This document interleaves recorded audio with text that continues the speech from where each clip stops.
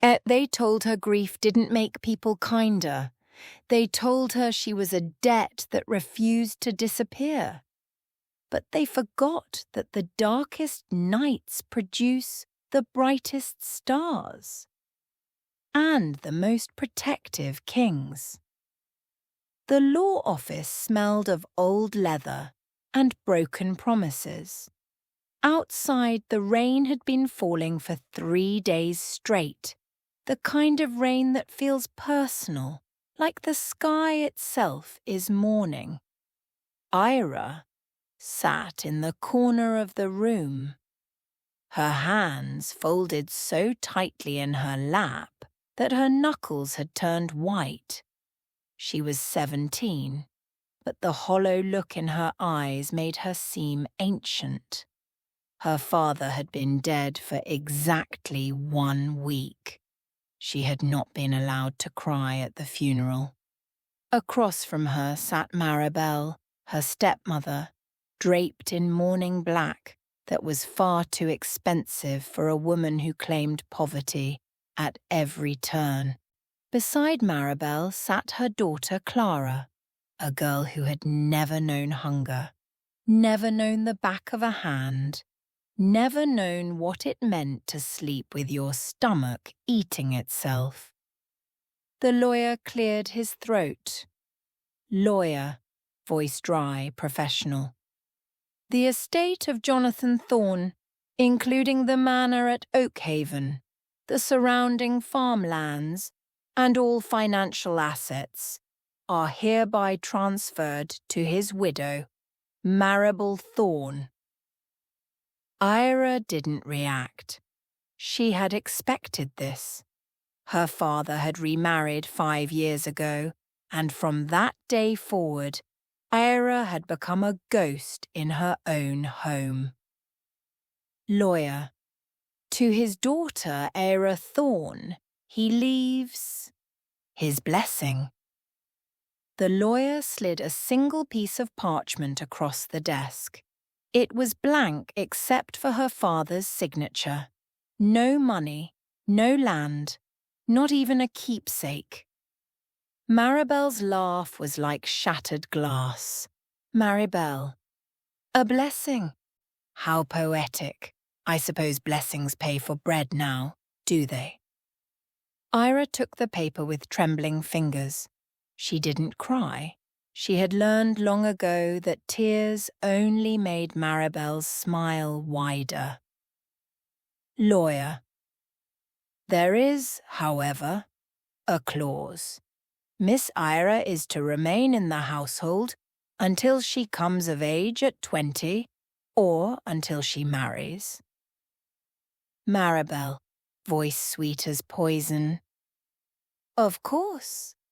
Family takes care of family after all. But Ira knew what that meant. 3 more years. 3 more years of being a servant in the house where her mother had once sung lullabies. That night, Ira was moved from her small bedroom to the attic. Maribel claimed it was to make room for storage, but they both knew the truth. The attic was cold. Not the kind of cold that blankets fix, the kind that seeps into your bones and makes a home there.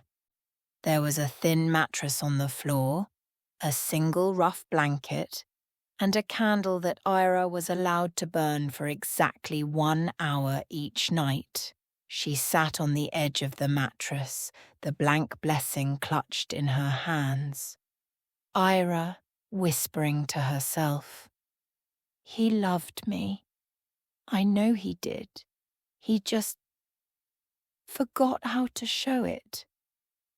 But even as she said it, doubt crept in like the cold.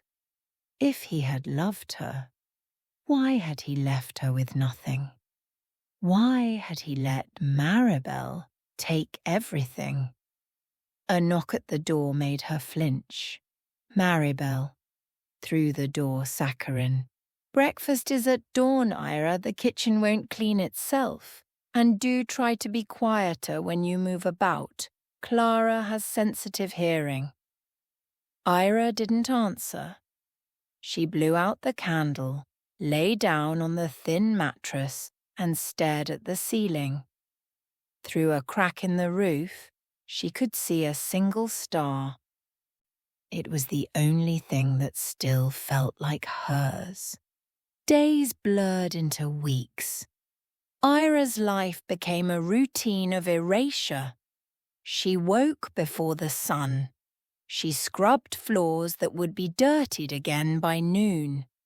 She cooked meals she was not allowed to eat. She mended Clara's dresses while her own clothes frayed at the seams. Maribel never hit her. That would have been too obvious, too messy. Instead, she used words. Maribel, your father would be so disappointed to see how lazy you've become. Or, Maribel, it's a good thing you're not pretty, Ira. No man wants a wife who looks like she's been dragged through sorrow. Ira didn't fight back. Fighting required energy she no longer had, so she became quiet. So quiet that sometimes even she forgot she was there. But the village didn't forget. The townspeople whispered when she walked to the market. They whispered about the girl who used to be someone and was now no one. Some pitied her. Most looked away. Vendor, kind but distant. Take this loaf, child. The stale ones won't sell anyway. Ira took the bread with a nod. She didn't say thank you. Gratitude felt like admitting she had sunk so low that charity was all she deserved. Sometimes, in the quiet moments between tasks, Ira would let herself remember. Her mother had died when she was 7. The memories were fragments now, like shattered glass that caught the light in unexpected ways. She remembered her mother's hands, gentle hands that braided her hair with ribbons the colour of spring flowers, hands that never trembled when they held her. Ira's mother, memory, voice warm. You are my little constellation, Ira. Even when the night is dark, you will always shine. Her father had been different then. He smiled. He carried Ira on his shoulders through the apple orchards. He read her stories by the fire. But grief is a thief. When her mother died, it stole her father too. He became hollow, distant, and when Maribel arrived with her practiced tears and her promises of healing, he clung to her like a drowning man clings to driftwood. Ira understood now. Her father hadn't stopped loving her. He had simply run out of room for love in a heart too full of ghosts. Ira, whispering to the empty attic, I forgive you, Papa. I just wish you had been strong enough to fight. But forgiveness didn't fill her stomach. It didn't warm the attic. It didn't stop Maribel's cruelty. So Ira tucked the memory away, back into the locked drawer of her heart, and returned to scrubbing floors. The townspeople called it the Northern Moon, a rare event when the moon hung so low and bright it turned the world silver. On this night, the Lycans were said to walk freely among humans, searching for something the old stories never quite named. Ira had been sent to the market for lamp oil. Maribel always sent her on errands during dangerous hours. It was another quiet cruelty. The square was nearly empty. Most people had shuttered their windows and locked their doors, but there near the fountain stood a man. He was tall, impossibly tall. His cloak was dark, but underneath, Ira could see the glint of something that looked like armor. His hair was black as a starless sky, and when he turned to look at her, his eyes caught the moonlight. They were gold, not brown with flecks of gold, pure molten gold. Ira froze. Every instinct screamed at her to run, but her legs wouldn't move. The man didn't approach. He simply watched her with the patient stillness of a predator that knows its prey has nowhere to go. Maximus, voice deep, controlled. You're out late, little one. Ira, barely a whisper. I'm running an errand. Maximus, in the dark? Alone? He stepped closer. Not threatening, curious. Ira noticed he moved without sound, as if the ground itself didn't dare announce his presence. Ira, I'm used to the dark. Something in her voice made him pause. He tilted his head, studying her the way one might study a wounded bird. Maximus. What's your name? Ira. It doesn't matter. Maximus. A hint of amusement. Names always matter. Ira. Not mine. Not anymore. For a moment neither of them spoke. Then, without a word, the man reached into his cloak and pulled out a small loaf of bread. It was fresh, still warm. He held it out to her. Maximus. Take it. Ira, suspicious, stepping back. Why? Maximus. Because you're hungry. Ira looked at the bread, then at him. She wanted to refuse. She wanted to tell him she didn't need his pity, but her stomach betrayed her with a low, desperate growl. She took the bread. Ira. Thank you. Maximus. What's your name? Ira. Quiet, reluctant. Ira. Maximus. Ira. The way he said it made it sound like something precious, like it mattered. Maximus. I am Maximus, and I will remember you, Ira.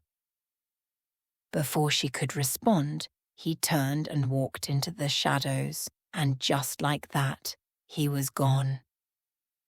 Ira stood alone in the square, clutching the warm bread, her heart pounding for reasons she didn't understand. When Ira returned home, Maribel was waiting in the kitchen. Maribel. You're late. Ira. The vendor was closing. I had to wait. Maribel's eyes narrowed. Then she saw it. The bread in Ira's hand. The fresh, clean bread that was far too fine for the coin she'd been given. Maribel. Where did you get that? Ira. Someone gave it to me. Maribel. Gave it to you? Who gives charity to thieves? Ira. I didn't steal it. But Maribel wasn't listening. She snatched the bread from Ira's hands and tore it apart, searching for something. Anything she could use. Inside the bread, a small linen handkerchief fell out. It was embroidered with a silver wolf. Maribel, voice sharp with realization. You spoke to a Lycan. Ira's blood went cold. Maribel. You brought his filth into my home. Do you have any idea what the townsfolk will say if they find out you've been consorting with monsters? Ira. I didn't know, Maribel. Ignorance is not innocence, Ira. You've shamed your father's memory. And for that, you'll learn what shame truly feels like. Maribel smiled. It was the kind of smile that promised pain. The village square was packed the next evening. Maribel had made sure of that.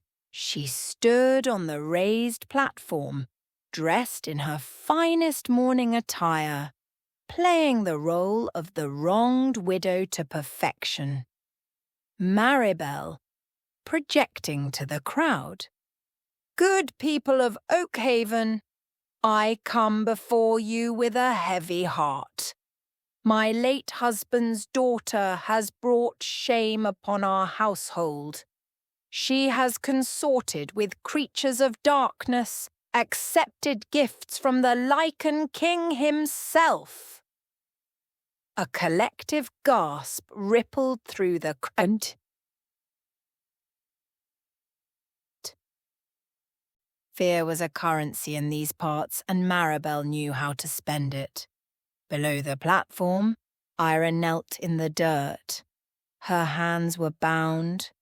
Her head was bowed. She had learned long ago that resistance only made the punishment worse. Maribel. She must be reminded of her place. She must understand that actions have consequences. Two guards stepped forward, leather straps in their hands. Ira closed her eyes. She could feel the cold seeping into her bones, the weight of every eye upon her. This was it. This was how her story would end, not with dignity, but with pain witnessed by those who had once known her as Jonathan Thorne's beloved daughter. Ira, whispering to herself, I'm sorry, Mama. I tried to be strong like you wanted. Then, the iron gates of the estate didn't just open. They buckled. They bent outward as if pushed by an invisible titan. Out of the winter mist stepped 12 shadows. Tall, broader than any man, clad in black steel that seemed to swallow light itself. But they were not the ones the crowd feared. They parted, creating a path. And there he was, Maximus. He wore the mantle of the great wolf, black fur draped over shoulders that looked capable of bearing the weight of mountains. His eyes were no longer just gold. They blazed like twin suns in the darkness. The crowd scattered like leaves in a storm. Even the guards stumbled backward, their straps falling from trembling hands. Maribel stood frozen on the platform, her practiced composure cracking like thin ice. Maribel, voice trembling but defiant. This is a human estate. You have no jurisdiction here, Lycan King. The girl is mine by law. By the will of Jonathan Thorne himself, Maximus, voice like an earthquake. Your laws are written on paper that burns. Mine are written in blood that endures. He walked past the guards as if they were made of mist. They dropped to their knees before he even looked at them. The power radiating from him wasn't just physical. It was primal, ancient, undeniable. He stopped at the edge of the platform, looking down at Ira, who remained kneeling in the dirt. Maximus, look at me, little star. Slowly Ira raised her head. Tears had carved clean tracks through the dirt on her face. Her eyes were wide with disbelief. Maximus, they say you inherited nothing. They say you are a debt to be paid, a burden to be borne. He stepped onto the platform. Maribel shrieked and scrambled backward, tripping over her expensive skirts. Maximus didn't spare her a glance. He dropped to one knee, a king kneeling in the mud of a human courtyard. Maximus, quiet but heard by everyone. I have searched for 300 years for a soul that could survive the winter. I did not find it in princesses draped in gold. I did not find it in warriors who conquered kingdoms. Maximus, I found it in a girl who was given every reason to hate the world, but chose only to endure it with grace. In a girl whose light refused to be extinguished, even when darkness pressed down on all sides. He reached out, his hand hovering near her face, waiting, always waiting for her permission. Ira didn't flinch. She leaned into the warmth of his palm. Maximus, if you will have me, I claim you, not as a servant to be used, not as a prize to be won. I claim you as my high queen, my equal, my mate, my heart. A collective gasp went through the crowd. To claim a human as a Lycan mate was unprecedented. To claim a servant was revolution. Maribel, screaming, "You can't! She is nothing. She has no dowry. She has no name worth speaking." Maximus stood slowly. He turned his head toward Maribel, his lip curling just enough to reveal teeth that could crush bone like brittle wood. Maximus, she has my name now, and that is the only name that matters in this world or the next. He gestured to his 12 commanders, who stepped forward in perfect synchronization. Maximus, everything this woman took from you, Ira, I will burn to ash, and from those ashes I will build you a kingdom of gold and starlight. Do you wish to stay in this place of shadows, or do you wish to fly? Ira looked at Maribel, at the crowd, at the platform where she had been about to be broken.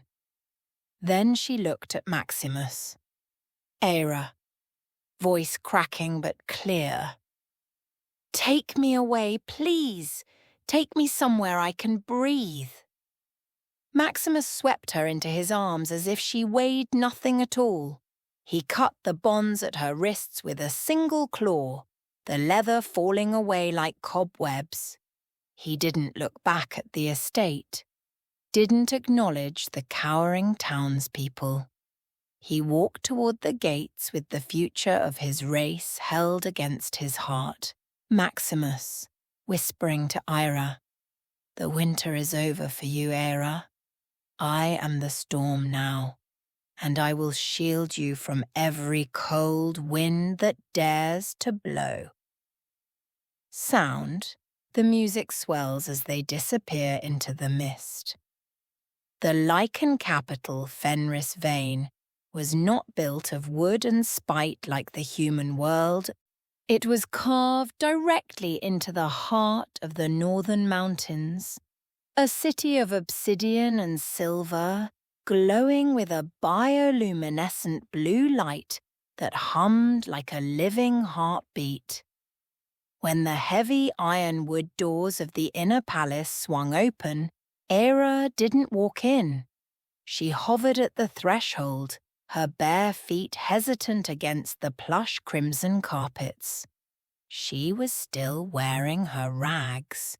She felt like a bloodstain on silk. Maximus, softly.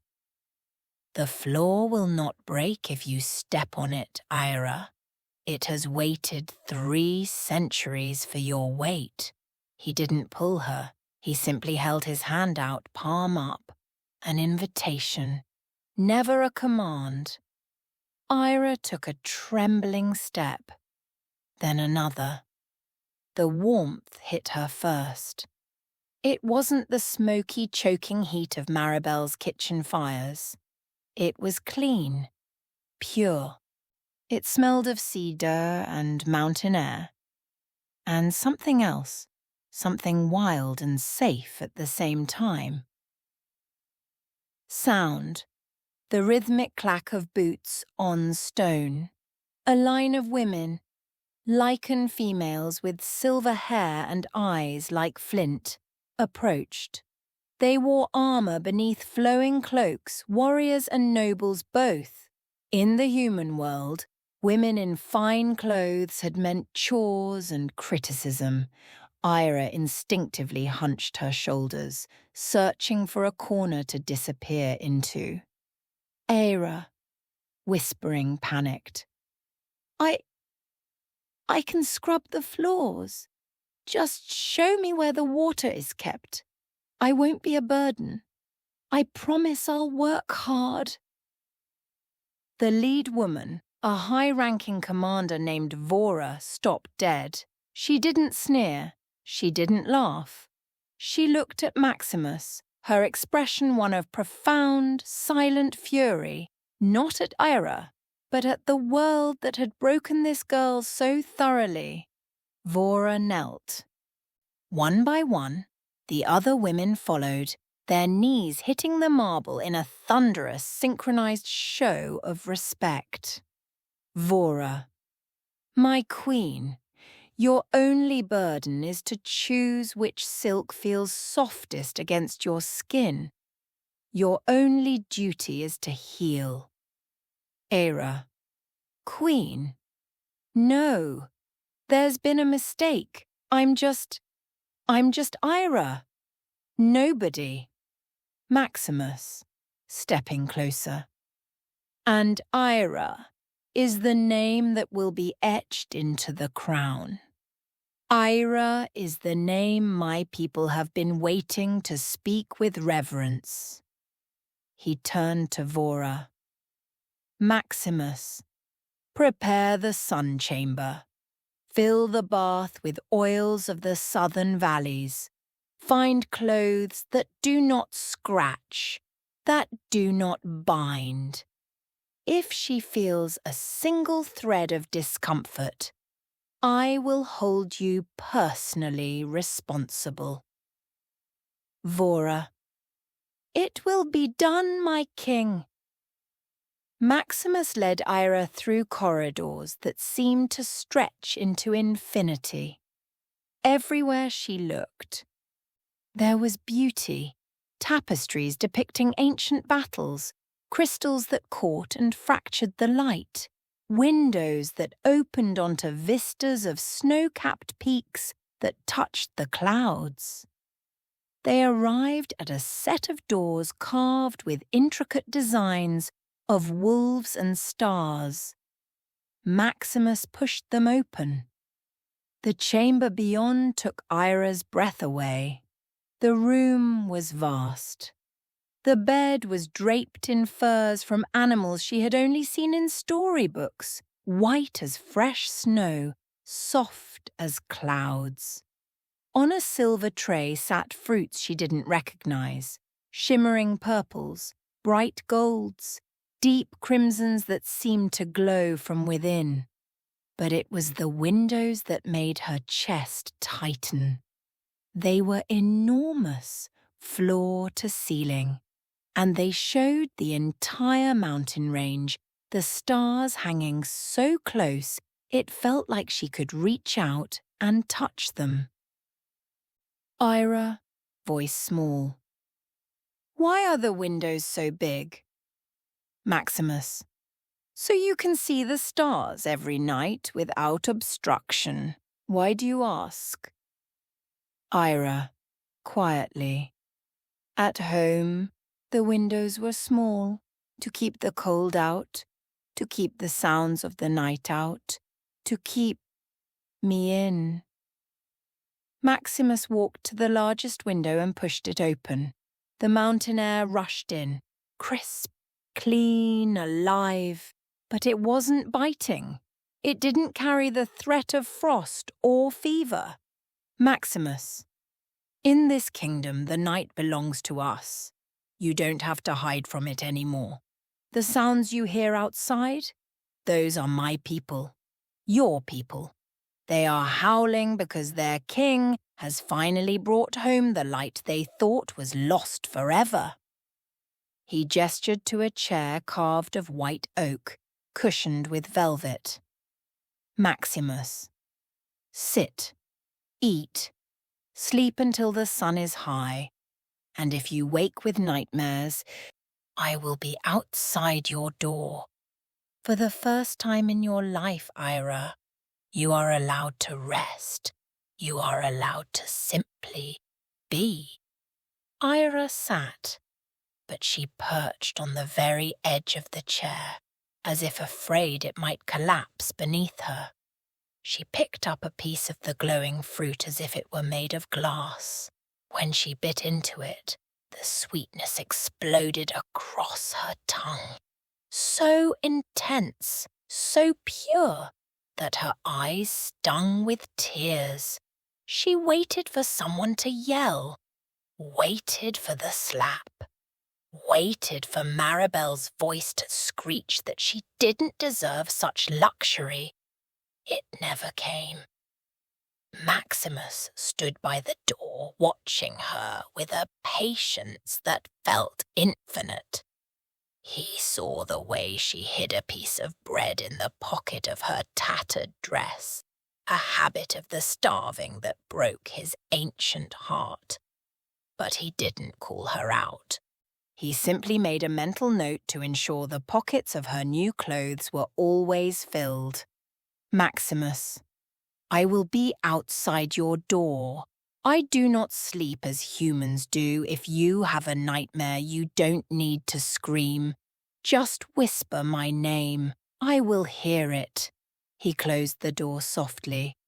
For the first time in 17 years, Ira was behind a door that locked from the inside. She stared at that lock for a long time. Then she walked to the enormous bed, reached out and touched the furs. They were impossibly soft, but she couldn't bring herself to climb onto it. Instead, she curled up on the thick rug beside the bed, pulling one of the smaller furs over herself like a blanket. The floor felt safer, more familiar. She slept, and for the first time in years, she didn't dream of graves or locked attics or hands that only knew how to hurt. She dreamed of stars. Ira woke to sunlight, real sunlight, not the thin grey light that filtered through cracks in the attic roof, but golden, warm rays that spilled across the floor like liquid honey. For a moment, she didn't remember where she was. Then she saw the room, the massive windows, the bed she hadn't slept in. A soft knock at the door made her flinch. Vora, through the door, gentle. My queen? May I enter? Ira scrambled to her feet, her heart racing. She looked down at herself, still in the same filthy dress from yesterday, her hair a tangled mess. Ira, Yes. Come in. Vora entered carrying a tray of food and an armful of fabric. Behind her came 3 other women, each carrying steaming buckets of water. Vora, I've brought breakfast and prepared your bath. The seamstresses have also sent options for you to choose from. Ira stared at the tray. There was more food on it than she usually ate in a week. Fresh bread, cheese, fruits, roasted meats, honey that gleamed like amber. Aira, this is all for me? Vora, gently, yes, my queen. And this is only breakfast. The king has ordered that you eat whenever you wish, whatever you wish. Aira's hands trembled as she reached for a piece of bread. She tore off a small piece, eating slowly, waiting for someone to tell her to stop. Vora watched with knowing eyes. Vora, no one will take it from you. You may eat as much or as little as you like, and if you wish to save some for later, that is your choice. But know that there will always be more. Tears pricked at Aira's eyes. She nodded, not trusting herself to speak. The bath was unlike anything she had ever experienced. The water was warm, not lukewarm, not barely heated, but truly, gloriously warm.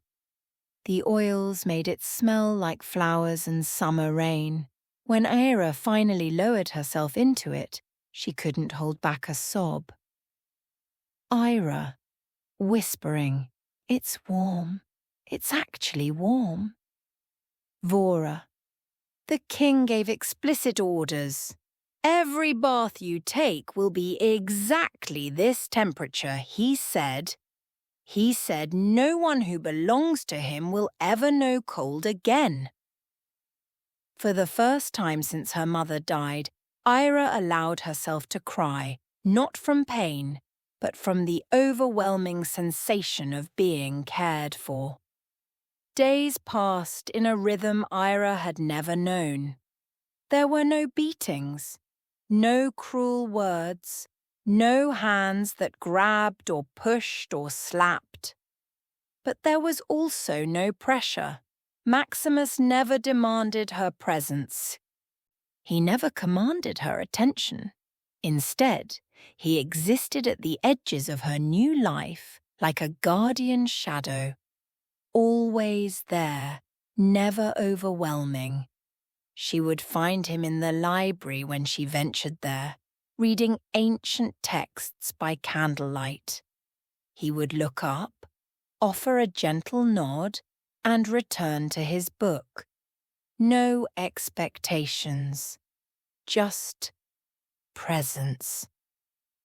One afternoon, Aira found herself in the palace gardens. They were unlike any gardens she had ever seen.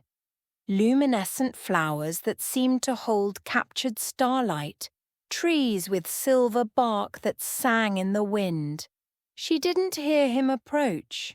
She never did. But suddenly, Maximus was there, standing a respectful distance away. Maximus. They're called moonblooms. They only grow in the presence of true happiness. Aira, looking at the flowers.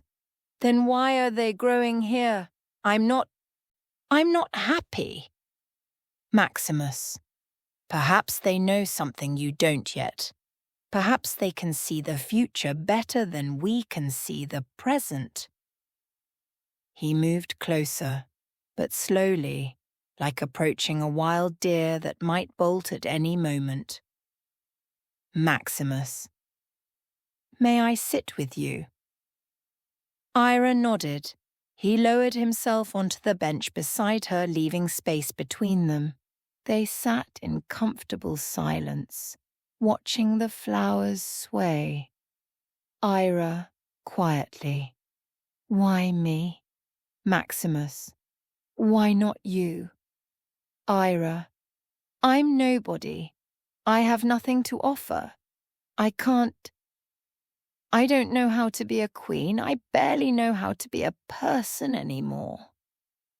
Maximus turned to look at her, his golden eyes soft with something that looked dangerously close to pain. Maximus, you survived, Ira. When the world tried to break you, you bent but you didn't shatter.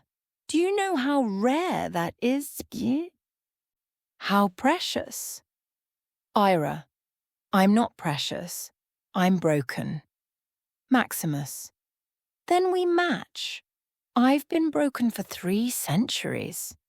Broken things understand each other in ways whole things never can. He reached out slowly, giving her time to pull away. When she didn't, he took her hand. His palm was warm, rough with old scars, gentle in its pressure. Maximus, I'm not asking you to love me, little star. I'm asking you to let me protect you while